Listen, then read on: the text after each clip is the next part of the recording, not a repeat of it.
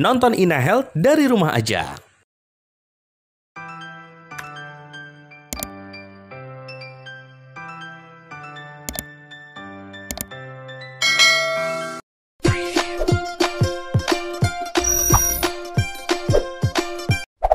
Halo, Hai Dok Ina Health, kembali lagi bersama saya, Dr. Satrio Adi Wicaksono. Setahun telah berlalu, namun pandemi belum juga usai. Kasus positif baru masih terus meningkat, dan oleh sebab itu, protokol kesehatan harus tetap dijalankan dan semakin ditingkatkan. Terutama 5M, menjaga jarak, mencuci tangan, menggunakan masker, menjauhi kerumunan, dan mengurangi mobilitas. Namun, tidak bisa dipungkiri bahwa ada sebagian dari kita yang masih parno dan kadang salah kaprah dengan cara menggunakan masker. Yuk, kita jawab pertanyaan seputar masker yang sudah masuk ke akun medsos Ina Health. Nah, pertanyaan pertama, Hai Dok, boleh dijelaskan tidak kriteria masker yang baik digunakan? Kira-kira itu yang seperti apa, sekaligus yang tidak direkomendasikan buat kita pakai itu yang seperti apa? Nah, saat ini terdapat berbagai jenis masker yang banyak bermunculan di pasaran. Ada masker kain, masker scuba, masker berventilasi, masker bedah atau medis, serta masker KN95 atau N95. Masker kain awalnya banyak dipakai karena kurangnya pasokan masker medis. Masker kain yang baik itu kira-kira dibuat dari minimal 2 lapis kain, dan masker kain sangat ekonomis karena dapat dipakai berulang-ulang setelah dicuci dengan sabun tentunya. Masker yang baik untuk dipilih harus memenuhi beberapa kriteria.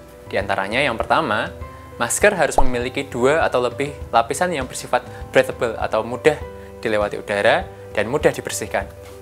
Masker kain 1 lapis yang terdiri dari bahan kaos elastis atau yang sering disebut sebagai masker scuba kurang disarankan karena tidak menyaring udara sebaik masker dengan lapisan yang lebih banyak.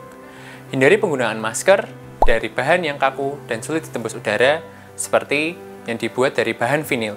Meski dapat menunjukkan ekspresi mulut karena tembus pandang, terdapat potensi terciptanya celah antara masker dengan wajah karena masker tidak dapat diatur mengikuti bentuk wajah kita.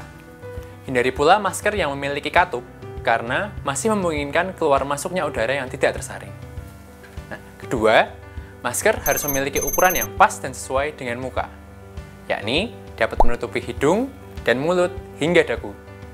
Meski memiliki kesesuaian dan tingkat filtrasi yang tinggi, masker N95 tidak direkomendasikan untuk digunakan pada masyarakat umum karena ditujukan untuk petugas kesehatan di garda terdepan yang lebih membutuhkan.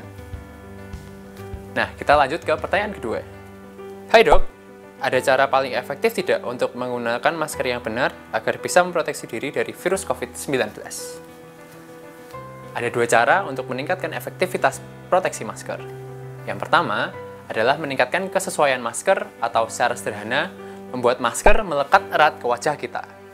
Area hidung, mulut, hingga dagu harus tertutupi dan tidak boleh ada celah antara masker dengan wajah. Untuk meningkatkan kesesuaian, kita bisa memilih masker yang memiliki kawat fleksibel di sisi hidung. Kawat fleksibel dapat diatur sesuai kontur lekukan hidung kita, sehingga mencegah adanya rongga di sisi atas masker. Bagi pengguna kacamata, masker jenis ini juga dapat mencegah kacamata yang digunakan menjadi berkabut. Masker harus terpasang erat dan tidak boleh longgar di kedua pipinya. Kita bisa menggunakan mask fitter atau ikat rambut dan juga klip untuk mengencangkan masker yang digunakan terutama di sisi samping. Kita juga bisa mengikat tali pengait masker di dekat bagian yang menempel di masker, sehingga sisi masker menjadi lebih rapat ketika digunakan. Untuk memastikan bahwa tidak ada rongga, cobalah bernafas dengan normal dan pastikan tidak ada udara yang masuk melalui celah masker di sisi hidung, dagu, dan kedua pipi. Nah, pertanyaan ketiga, Hai Dok, efektif gak sih menggunakan masker double-double seperti itu? Nah, jawaban pertanyaan ini terkait dengan cara kedua untuk meningkatkan efektivitas proteksi masker. Menambah lapisan masker untuk meningkatkan laju filtrasi saat ini direkomendasikan. Penambahan lapisan dengan mengkombinasikan masker tidak boleh sembarangan dilakukan. Kombinasi sebaiknya terdiri dari jenis masker yang berbeda.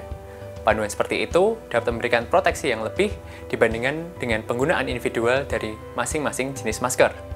Yang disarankan untuk dilakukan adalah mengkombinasikan antara masker bedah di bawah, sedangkan masker kain digunakan di bagian atas. Karena Masker kain diharapkan dapat lebih mengeratkan posisi masker bedah di bawahnya. Penggunaan 2 lapis masker bedah sebaiknya dihindari, karena dilaporkan tidak memberikan peningkatan filtrasi yang berarti. Hindari juga menggunakan N95 dengan masker jenis lain. Gunakan 1 lapis masker jenis tersebut saja, karena sampai saat ini tidak ada rekomendasi untuk menambah lapisan kedua pada masker N95 atau KN95. Bila menggunakan masker 2 lapis, pastikan Anda dapat bernafas dengan baik, karena akan dibutuhkan lebih banyak tenaga untuk bernafas menggunakan 2 lapis masker bila dibandingkan dengan 1 lapis masker. Selain itu, pastikan juga masker tambahan tidak mengganggu lapang pandang Anda.